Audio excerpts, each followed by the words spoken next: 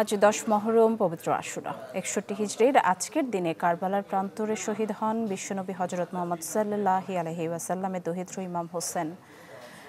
প্রতিবারের মতো এবারও যথাযোগ্য মর্যাদায় পালিত হচ্ছে দিনটি। আশুরা উপলক্ষে পুরান ঢাকার হোসাইনি দালান থেকে বের করা হয় তাজিয়া মিছিল।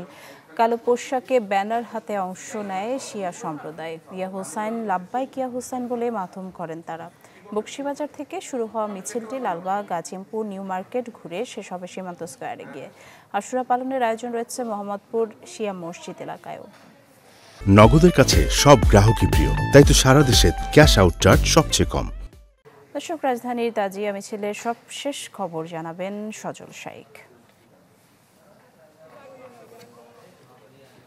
সজল, কি অবস্থা এখন? তাজিয়া মিছিলটি কোথায় অবস্থান করছে? নিশি, তাজিয়া মিছিল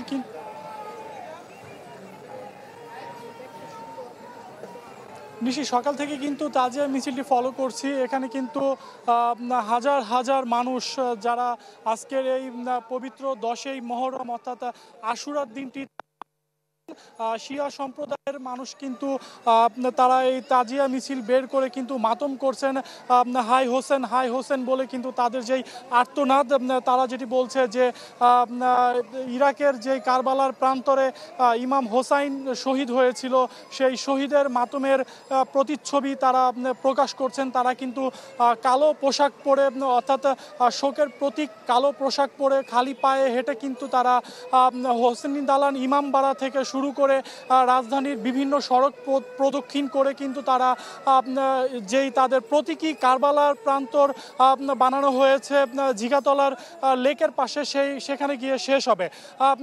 এই কারবালার প্রান্তরে কিন্তু তারা গিয়ে আবার মাতম করবে। আমরা যে জিনিসটি দেখেছি, তারা কিন্তু বুক চাপড়ে কিন্তু মাতম করছে, অর্থাৎ ইমাম হোসাইনের যেই শহীদ হয়েছে তার প্রেক্ষিতেই কিন্তু তাদের এই মাতম। এই ছিল সায়েন্স ল্যাব থেকে আমার কাছে সর্বশেষ। পরবর্তী আপডেট জানানোর চেষ্টা করব। সজল শাইক, অনেক ধন্যবাদ আপনাকে। দর্শক, তাজিয়া মিছিলের খবর জানাচ্ছিলেন সজল শাইক।